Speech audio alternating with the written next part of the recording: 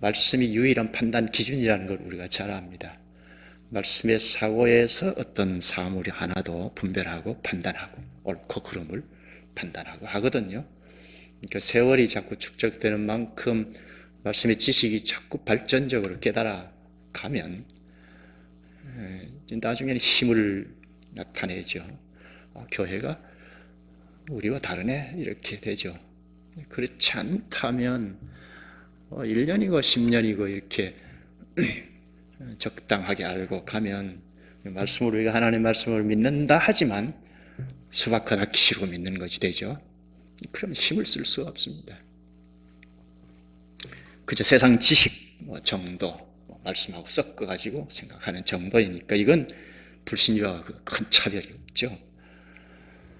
인생이 어떻게 존재하고 살아가야 하나 하는 이 인생관 하나도 말씀에서 가르치는 이 지식을 가지고 이것이다 할 수가 없는 거죠. 그래서 우리가 지금 기초적인 것이지만 좀 핵심부터 자꾸 짚어가는데요. 성찬. 지난 시간에 성찬의 핵심이 피라고 했죠. 그리스도께서 흘리신 피. 성찬, 찬이 식사찬인데요. 밥찬. 그러니까 성찬은 식탁, 식사라고 했죠. 근데 핵심이 그리스도께서 흘리신 피라고 했는데 어찌 그것이 식사가 될까, 식탁이 될까 하는 건데요. 그렇죠?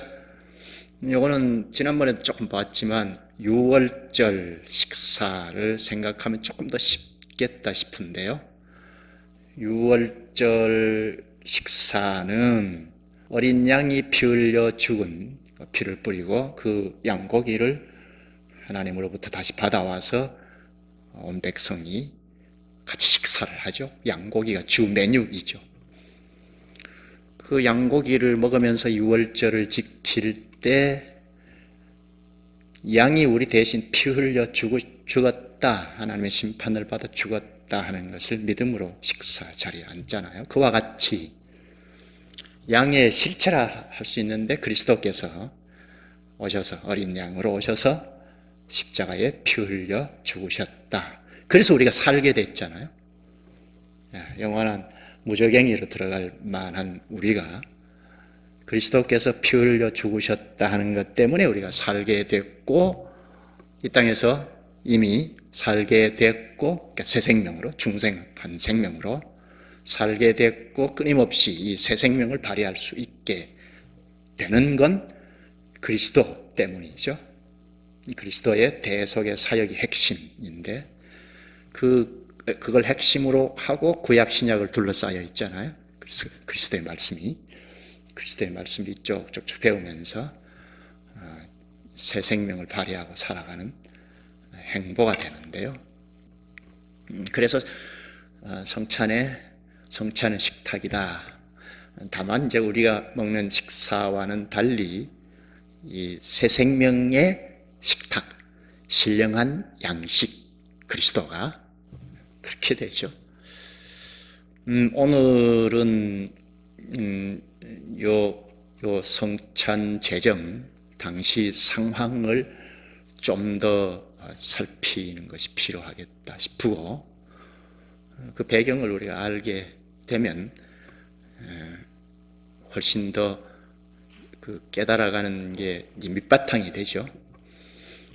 성찬 제정할 때 성찬은 사람이 고안해서 만든 것이 아니고 예수님께서 제정하셨는데 제정하실 때 상황을 좀 더 살펴보면서 성찬이 무슨 뜻인지 마무리하면서 그렇게 보겠습니다. 이 성찬에 관한 내용은 오늘 본문에 자세히 가르쳐주고 있죠. 배경도 잘 볼 수가 있습니다. 그런데 마태복음 이 본문뿐만 아니라 마가, 누가, 요한복음, 사복음서가 다 이 성찬 관련된 기록을 하고 있습니다.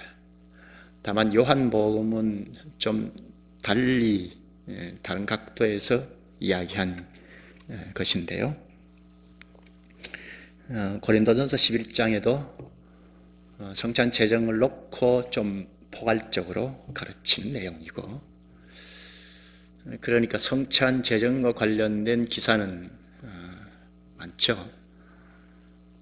그런데 주로 이제 오늘 우리 본문 마태복음 26장을 놓고 보겠습니다.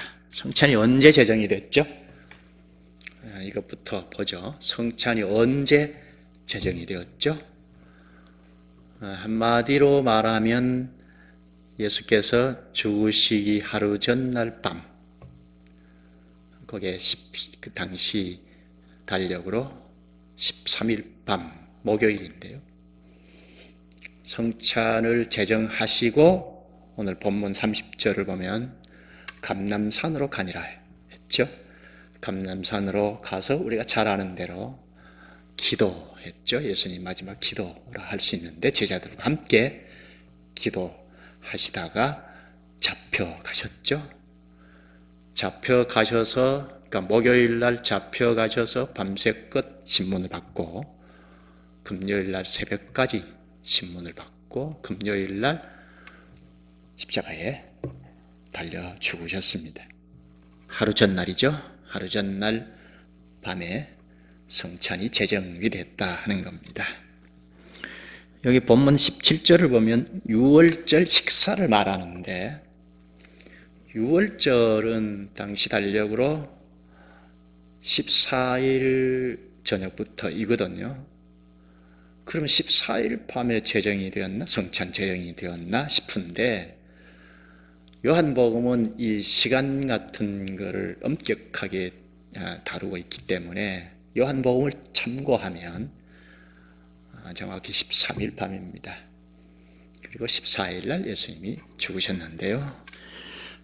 예수님 피 흘림이 성찬의 핵심이니까 요 상황은 좀 더 볼 필요가 있겠죠? 예수님께서 어떻게 해서 죽으셨는지. 예수님이 죽으신 것, 하나님께서 그냥 초능력으로 이렇게 해서 십자가에 죽었다, 너희 죄를 다 사하기 위해서 단번에 희생됐다, 이렇게 할 수 있는데, 그러지 않으시고 하나님께서 행하여 가실 때 초능력을 쓰실 때도 있지만, 특별히 우리를 중생케 하는, 이건 초능력이죠. 또 구약시대 때, 사도시대 때, 예수님 시대 때 초능력이 나타난 것 있는데, 일반적으로는 일반 법칙을 무시하거나 뛰어넘어서 하시는 일이 없어요. 그러니까 예수님이 죽으시는 이 일도 그렇습니다. 한번 보시죠. 13일 목요일 밤에 성찬을 제정하셨다. 그리고 감람산으로 가셔서 기도하시다가 붙잡혀 가셨다 했는데요. 가셔서 밤새껏 신문을 받았습니다. 여기는 당시 최고 법정, 유대 나라의 최고 법정인 사내들인 공회이죠. 정식으로 재판이 열려서라기보다는 이미 예수님을 죽일 계획을 다 세우고 요 사람들이 지금 예수님을 끌고 갔어요. 그래서 사형 판결을 이미 내려놓고 신문을 합니다. 거짓 증인들을 세워서. 우리나라도 과거에는 그런 적이 많았죠. 요즘도 아마 있지 않을까 싶은데, 너 죄인 해놓고 죄를 찾는, 예수님이 마치 그렇게 사형이야 너는 해놓고 합당한 명목을 세우기 위해서 거짓 증인도 세우고 했습니다. 그런데 이 공회원들이 얼토당토 않게 사형 이렇게 한 건 아니에요. 당시로 이렇게 보면 최고 법정인 사내들인 요 공회가 사형이라고 내려왔거든요. 근데 이 사람들은 당시 말씀이 뭐죠? 구약의 말씀? 율법이죠. 율법을 놓고 너희는 죄인이야 했어요. 첫째는 예수님께서 사역하실 때 하나님의 아들이라는 말씀하셨잖아요. 당시 하나님 아들이라는 말은 지금 말로 하면 근데 하나님이야 하는 말이에요. 그러면 신성 모독죄가 되죠. 율법에 비추면 신성 모독죄가 되죠. 그 당시 이 지도자들이 율법, 모세 오경 이건 꽉 쥐고 있었으나 선지자들이 가르친 건 그렇게 발전적으로 깨닫지 않았다는 건데 그렇게 생각하지 않았거든요. 그러니까 메시아가 오신다 뭐 이 대망 사상을 가지고 있었어도 말씀에 구부러진 인식을 가지고 보니 예수님께서 메시아다 그리스도라는 것을 몰랐던 겁니다. 그 내가 하나님이다 하니까 요것 봐라 하고 신성모독 죄목을 붙였고, 그리고 성전을 헐어버려라 내가 사흘 동안에 일으키리라 하셨잖아요. 그러니까 이것 봐라 성전모독죄. 이미 예수님께서 오셨음에도 건물 성전을 놓고 하나님을 모독했다, 성전을 모독했다 죄목을 하나 붙였습니다. 또 하나는 그리스도라고 했죠. 왕, 제사장, 선지자 3직분을 가졌는데 특히 왕이라 하는 것을 부각시켜서 이것 봐라 네가 무슨 왕이냐? 그래서 제목을 붙였습니다. 그래서 사형이라고 했습니다. 당시로 보면 하자가 없어요. 말씀에 비추어서 판결을 했으니까. 그런데 우리가 비켜서서 보면 말씀이 왜곡되어 있고 발전적으로 깨달아가지 못한 맹점이 있었다는 것. 현재도 그래요. 말씀을 발전적으로 깨닫지 못하고 가면 이런 일이 생겨요. 말씀에 비추어서 잘못됐다. 일이 생긴다고요. 그러니까 우리가 이거 잘못하면 예수 잘못 믿고 무적행위로 들어갈 수 있겠다 이 생각까지 하는 것이 좋아요. 이렇게 율법에 비춰볼 때, 당시 말씀에 비춰볼 때 사형이다. 이건 여지없다. 그런데 새벽까지 신문을 하고 결정을 하고 로마 관청으로 끌고 갔죠. 이건 유대에서 자체적으로 사형을 시키지 못하는 당시 상황 때문이죠. 로마 속국에 있었으니까 로마 당국에서 사형 선고를 내려야 하니까 예수님을 로마 관청으로 끌고 갔습니다. 그리고 제일 이 민감한 것, 로마인들이 볼 때 민감한 걸 부각시켰죠. 예수님이 쥐가 왕이라고 한다 한 걸 부각시켰습니다. 이게 로마 관청에서 민감한 건 당시 왕은 황제뿐이었단 말입니다. 로마 황제가 왕인데 이 자식 봐라 이렇게 된 거예요. 그래서 십자가에 못 박으소서 하니까 결국 금요일날 십자가에 못 박았던 겁니다. 성찬 제정을 놓고 성찬의 핵심이 그리스도의 피 흘림이니까 그 당시 상황을 좀 봤는데요. 로마법으로 십자가에 당시에 가장 흉악범을 십자가에 매달려 사용했거든요. 그러니까 예수님이 당시로 보면 가장 흉악범으로 이제 빼도 박도 못하는 상황에서 사형을 받게 됩니다. 물론 배후의 하나님은 그걸 다 쓰셔서 택자들을 구출해내시기 위하여 십자가에 피 흘려 죽으신 겁니다. 그러니까 십자가에 죽으시기 하루 전날 성찬이 제정되었다 하는 겁니다. 14일 저녁부터 유월절이 시행되는데요. 유월절 절기가 일주일 동안 지키는데, 그러니까 하루 전날 13일 저녁에 성찬이 제정이 되고 이제 유월절은 마감이 되는 거죠. 구약 성례인 유월절은 마감이 되고 신약의 성례인 성찬이 제정이 된 겁니다. 그러니까 그리스도 안으로 연합이 되는 자들은 다 옛 언약의 성례 표징인 유월절이 마감이 되고 새 언약의 성례인 성찬을 지키게 되는 겁니다. 근데 지금도 유월절 지켜야 한다는 것, 판교역에도 보면 유월절 지켜야 한다고 전도를 많이 하거든요. 하나님의 교회라고 하는데 그건 성경을 놓고 하나님 말씀이라고 하지만 그런 일이 생긴다는 겁니다.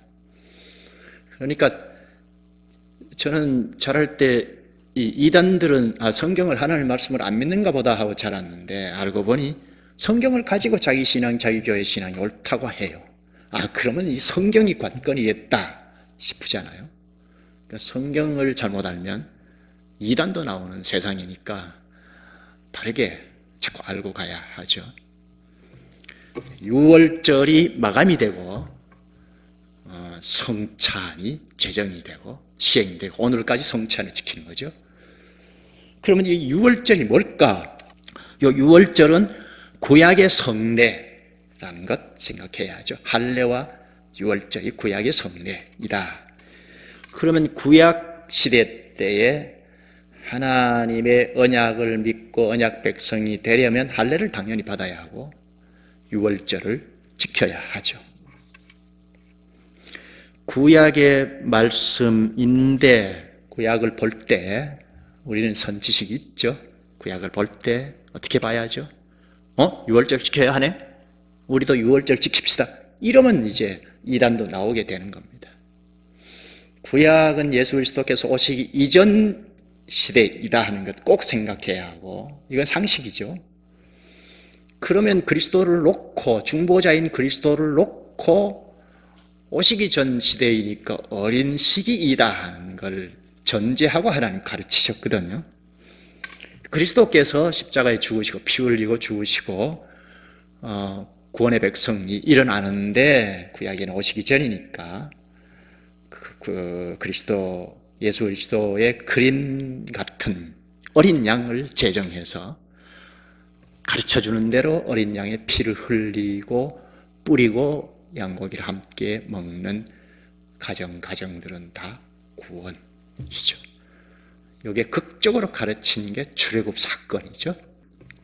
구약시대의 어린 시기라고 했는데 가르침을 보시면 구원을 가르치실 때 실제로 노예 세계에서 어떻게 할 바를 모르는 노예 세계에서 이게 세상, 오늘로 말하면 세상이죠.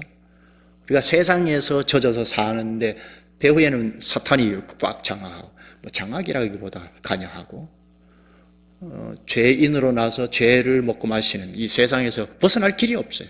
하나님이 이렇게 건져주시지 않으면. 근데 당신이 이제 그림으로 가르쳐 주신 겁니다. 이게 세상이야 하고 애굽에서 노예 생활하는 생활이었고, 그리고 바로는 마귀의 앞잡이로 내 백성을 보내라 하고 하나님이 모세와 아론을 보냈는데 절대로 놓지 않았죠. 그럴 수 없다. 마치 오늘 세상에서 꽉 잡고 그리스도인으로 살지 못하게 하는 것과 똑같죠. 어린 아이들을 훈육하는 것처럼 보낼 수 없다. 사탄의 앞잡이인 바로가 그랬죠. 그래서 하나님이 9재앙까지 내리셨죠. 그래서 보내줄 것 같다가 붙잡고 보내줄 것 같다가 붙잡고 마치 세상에서 이 살기 좋은 세상에서 뭘 예수 믿고 뭐 그러냐 하는 것처럼 결국 10장 마지막 재앙을 내리니까 장자 죽음을 통해서 이제는 이 나라가 설 수가 없겠다 생각하고 바로가 빨리 가라 하고 금은 폐물 다 갖고 가게 했죠. 이렇게 보니 출애굽한 사람들이 이게 구원이고 살아계신 하나님, 우리의 왕은 바로가 아니고 하나님이시구나 하는 걸 체득한 거란 말입니다. 구원의 핵심이 어린 양 피를 뿌리고 바르고 그런 과정만 다 저주의 사자가 넘어갔던 거죠. 그래서 6월절을 구원의 백성 공동체는 다 6월절을 지키게 된 겁니다. 그러니까 6월절은 어린 양의 피 흘림을 믿는 자들이 지키는 거다. 그래서 구원의 백성으로 살려면 구약시대 때는 할례는 물론이고 6월절을 지켜야 합니다. 6월절을 지키지 않으면 구원의 백성인지 아닌지 확인할 길이 없습니다. 외적으로 보이는 표시가 유월절이기 때문에 그렇죠. 그래서 유월절의 대표 음식은 양고기입니다. 좀 더 보면 마치 예수 그리스도께서 피 흘려 죽으신 것처럼 어린 양이 피 흘려 죽음을 믿는 자들이 다 구원됐던 겁니다. 양을 잡을 때도 어떻게 하죠? 하나님이 가르쳐 주신 대로 해야 하는데 양의 머리에 지그시 안수를 하죠. 지그시 이렇게 꽉 누르면서 안수합니다. 그때 내 죄가 이 양에게 대속 제물이죠. 그리스도의 그림이죠. 내 죄가 어린 양에게 다 넘어갔다. 이렇게 믿는 그 양의 피를 뿌리고 문설주에 바르고 양고기를 함께 먹는 가정들이 다 구원의 백성이었던 겁니다. 근데 구약 시대 때는 양이 한번 죽으면 뭐 다 오는 모든 죄를 사해 줄 그런 힘은 없으니까 죄 지을 때마다 양을 잡아서 제사 드리고 했던 겁니다. 그래서 유월절마다 그렇게 했던 겁니다. 그런데 예수 그리스도께서 오셔서 죽기 하루 전날 유월절을 마감하고 새 언약의 표징인 성찬을 제정하신 것입니다. 유월절은 성찬 제정으로 마감이 됐다 하는 것 생각해야 하죠. 하나님의 교회들이 유월절 지켜야 합니다. 유월절 잔치를 지켜야 합니다. 하면 이런 성경 구절을 가지고 대항할 수가 있죠. 성찬 제정될 때 상황을 좀 보죠. 좀 더 봅시다. 17절을 본문 17절 지난번에 생각한 건데요. 무교절의 첫날에 제자들이 예수께 나와 이르되 유월절 음식 잡수실 것을 우리가 어디서 준비하기를 원하시나이까. 지난 주간에 이건 빼놓고 생각했는데 유월절 식사를 어디에서 준비해야 하겠습니까? 하고 제자들이 예수님께 물었죠. 우리가 어디서 준비하기를 원하시나이까. 그런데 18절을 보면 예수님 대답인데요. 잘 보면 이미 예수님께서 장소를 물색해서 정해놓은 것을 알 수 있습니다. 아무도 모르게 준비하셨다는 건데, 제자들도 모르게 준비하셨다는 건데 왜 그렇게 준비하셨을까요? 제자들에게 미리 다 공개적으로 이렇게 준비하자, 어느 집에서 모이자 하실 수 있는데 왜 비밀리에 준비하셨을까요? 가룟 유다 때문이죠.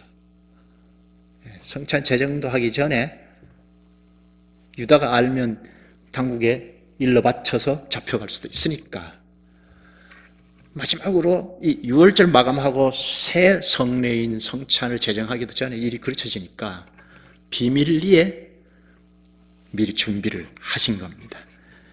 18절을 잘 보면 장소를 빌려준 집주인과 아마 암호 같은 걸 정했나 싶은데요.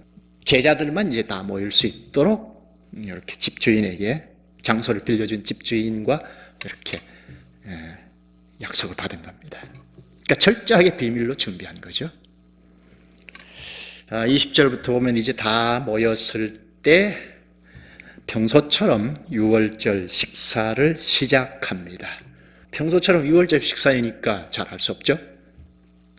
그때 예수님이 말문을 여십니다. 너희들 중에, 그러니까 제자들 중에 한 사람이 나를 팔리라 하십니다. 그가 가룟 유다인 것도 넌지시 이야기하죠. 그리고는 성찬 예식을 제정하셨습니다. 유월절 만찬에는 순서가 있는데요. 어떤 음식을 먹고 어떻게 먹고 또 포도주 잔은 이렇게 몇 차례 있고 또 언제 기도하고 이런 순서가 있습니다. 순서에 따라서 만찬이 진행 중일 때 성찬식을 말씀하십니다.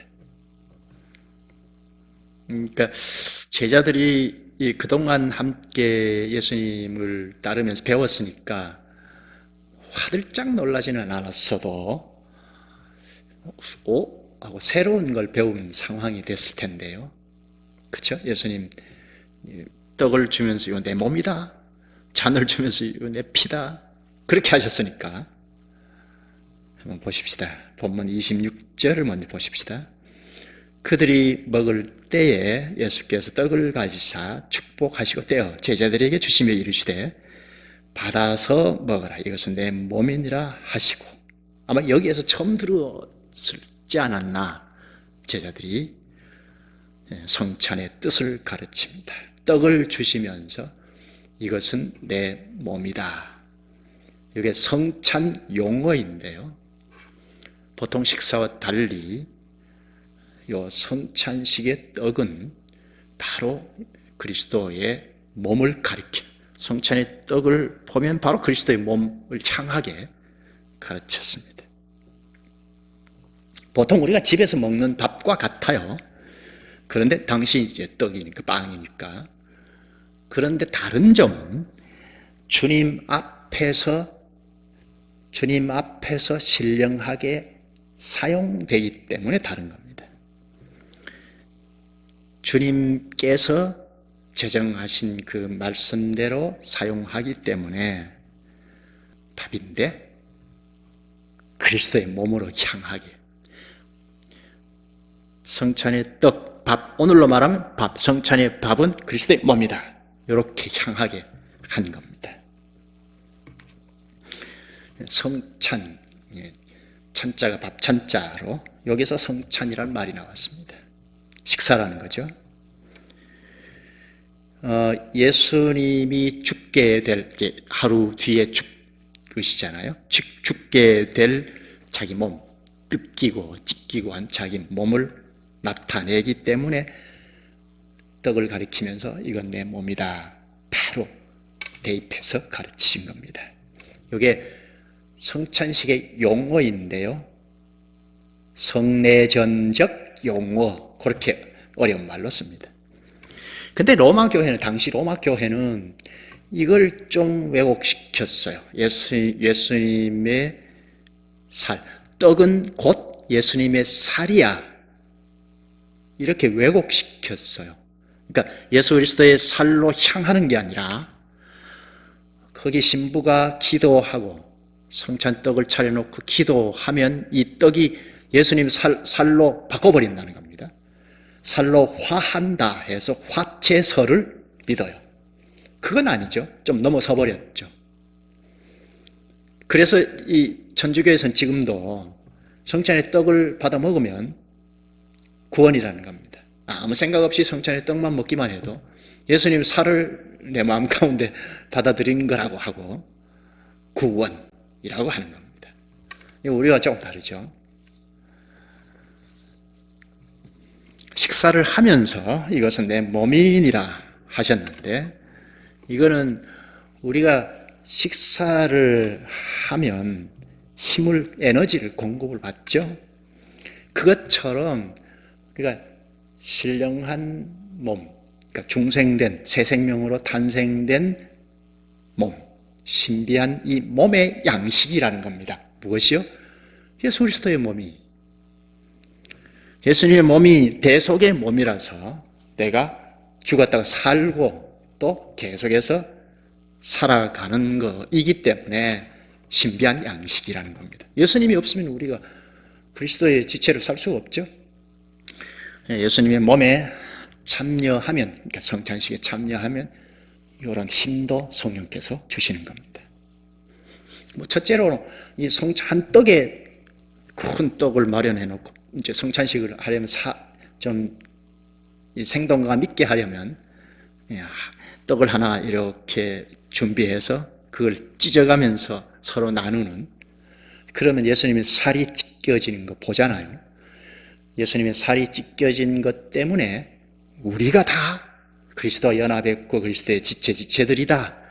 그 첫째, 성찬에 참여하는 자들이 살붙이로 생각하고 사랑하고 하게 되죠. 이런 깨달음이 있게 되죠. 그리고 영적으로 약해진 사람이 혹시 죄 가운데 처했거나 하는 사람이 철저하게 회개하고 성찬에 참여하면 받아주시고 새 힘을 또 주시고, 그러니까 이 성찬은 있어야죠. 자주 있을수록 좋은데 그 정신을 잘 담아서 하면 자주 있을수록 좋죠. 성찬의 떡을 먹으면서 나는 그리스도 희생제사 때문에 살고 있구나, 새 생명으로 살고 있구나 깨닫고, 그러면 성령께서 믿음을 더 강화시켜 줍니다. 그리스도를 굳게 믿고 가야겠구나 하는 믿음을 강화시켜 주십니다. 그 다음 좀 볼까요? 27절 28절. 또 잔을 가지사 감사 기도하시고 그들에게 주시며 이르시되 너희가 다 이것을 마시라. 포도주를 마시라 하시죠? 포도주를 마시라 하시고 28절에 이것은 죄 사함을 얻게 하려고 많은 사람을 위하여 흘리는 바 나의 피 곧 언약의 피니라. 포도주는 포도주일 뿐인데 성찬식에 구별되이 말씀대로 이렇게 차려서 나누는 이 포도주는 예수 그리스도의 피를 가르친다는 겁니다. 그러니까 실제는 그리스도의 피라는 거죠. 나 대신 흘리신 피, 예수님의 피가 나를 살린 거죠. 그래서 언약의 피라고 합니다. 성찬식이 언약의 표징이죠. 피로 새 언약을 세우신 거죠. 이렇게 새 언약이 세워진 겁니다. 옛 언약인 유월절은 이제 마감이 되고 새 언약이 세워진 겁니다. 그러니까 성찬은 참여하는 자들은 다 새 언약민이다 하는 것 극명하게 보여주죠. 이제 내일이면 죽으실 텐데 죽으면 내일 저녁부터는 유월절 폐지돼 버릴 겁니다. 내일 저녁이 그때 내일 저녁이 유월절 시작인데 유월절은 폐지돼 버렸고 이제 새 언약인 성찬이 시행됩니다. 성찬에 참여하는 자들은 합당하게 참여하는 자들은 다 새 언약민이다 하는 것이 보증이 되죠. 이때 잔은 유월절 때 마지막 잔입니다. 마지막 잔을 주시면서 이것은 죄 사함을 얻게 하려고 많은 사람을 위하여 흘리는 바 나의 피 곧 언약의 피니라 하셨습니다. 6월절이 마감이 되고 새 언약이 시작이 된 겁니다. 구약에는 죄 지을 때마다 짐승을 잡아서 피 흘리고 했지만 이제 십자가에 피 흘리신 예수 그리스도를 믿으면 그 십자가 단 한 번에 오고 오는 모든 택자들의 죄를 대속하셨기 때문에 또 피 흘리고 피 흘려갈 필요가 없게 됐죠. 성찬식에서 잔을 나눠 마실 때마다 우리는 여전히 죄 사함을 받은 언약민이다 하는 걸 증명합니다. 세례를 받을 때 이미 증명이 됐죠.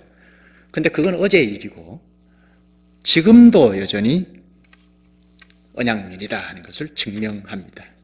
그럼 죄 가운데 있는 자들은 어떻게 하는가? 여전히 언약민인가? 그건 아니죠. 철저히 회개할 때 받아주셔서 역시 언약민이다 하신 겁니다. 그러니까 성찬식이 있어야죠. 성찬식이 있어야 자꾸 자꾸 성장하죠. 떡과 잔은 가리키는 것이 그리스도의 몸과 피다 하는 것. 따라서 이 성찬은 그리스도께서 피 흘려 죽으신, 오늘로 말하면 과거죠. 과거를 돌아보는 거죠. 예수 그리스도의 살이 찢기고 피를 흘리신 죽음을 돌아서 회상하죠. 이것만이 아니고 지난번에는 이걸 생각했는데 이것만이 아니고 또 하나는 장래를 바라봅니다. 장래를 기대하는 것도 성찬에서 가르칩니다. 보실까요? 성찬 제정 직후에 29절을 보면 장래 일을 말씀하는데요. 29절 그러나 너희에게 이르노니 내가 포도나무에서 난 것을 이제부터 내 아버지의 나라에서 새 것으로 너희와 함께 마시는 날까지 마시지 아니하리라 하시니라. 내가 포도나무에서 난 것을, 포도주죠, 마시지 않겠다. 이거는 구약의 유월절 마지막 식사가 되는 거죠. 마감되었다는 선언입니다. 마시지 않겠다 마감되었다는 선언이고, 동시에 새 언약에 따른 성찬식이 제정되었다는 것을 뜻합니다. 그런데 여기 29절 중간부터 보면 내 아버지의 나라에서 새 것으로 너희와 함께 마시는 날까지 라고 했죠. 너희와 함께 마시는 날까지, 요 날은 하늘나라에서 잔치 때입니다.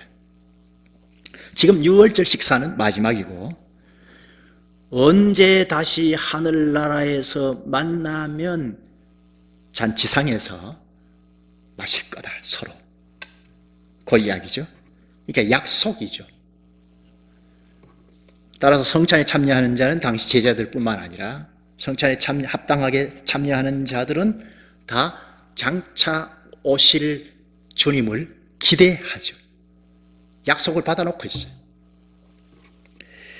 고린도전서 11장 26절에 보면 너희가 이 떡을 먹으며 이 잔을 마실 때마다 주의 죽으심을 그가 오실 때까지 전하는 것이니라. 여기 그가 오실 때까지, 이거는 예수님께서 오실 때가 재림의 날이죠. 예수님이 다시 오실 때를 말하죠.